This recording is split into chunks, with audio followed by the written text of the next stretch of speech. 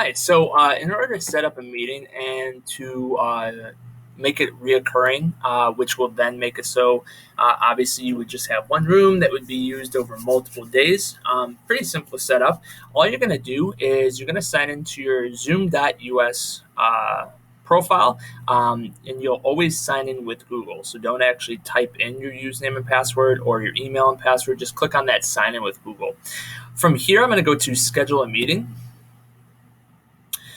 And the big thing I'm going to want to do is obviously name it. So this is just going to be my main meeting. So I'll just call it my meeting. That's fine. You can add a description. The other thing is, when do you want it to occur? So if you know you're going to be starting it today, you can make that date today. If you know you're going to be starting it tomorrow, make it tomorrow. The big thing is, before you do the time, is make sure this says central. If it doesn't say central, this has been throwing a lot of people off. They'll make it 8 a.m., but it'll be Pacific time, and they want it 8 a.m. Central time. And so just make sure that says central. So let's say I am starting it today, and or actually, I'm going to say I'm starting it tomorrow, and you'll see why. So if I want to make this kind of my one Zoom room for the entire day that's going to be used over and over again, I'm going to have it start at 8 a.m. And don't worry, even though I'm saying it starts at 8 a.m., it doesn't mean people can get in. You still have to admit them. So they can't join your room unless you admit them in. And I'm going to say that it is 7 hours long. Once again, I'm just doing 7 hours so it covers my whole day. And then I'm going to click recurring meeting. This is where I'm going to say this is going to happen daily, and it's going to repeat every day.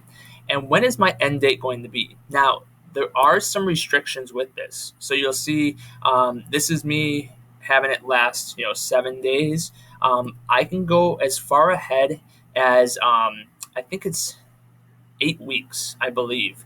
But you're able to go in and create a new one or edit it, I believe, later on. You could always create a new one, but editing, I'll have to double check on that. But I'm going to make it go as far as I can until October 16th, which is giving me 50 occurrences. And as I go down, with this, you don't need to click anything else in here. I do suggest having that mute participants upon entry, just because you don't want to get hammered by a bunch of kids joining at once and all this noise happening. So definitely mute participants upon entry.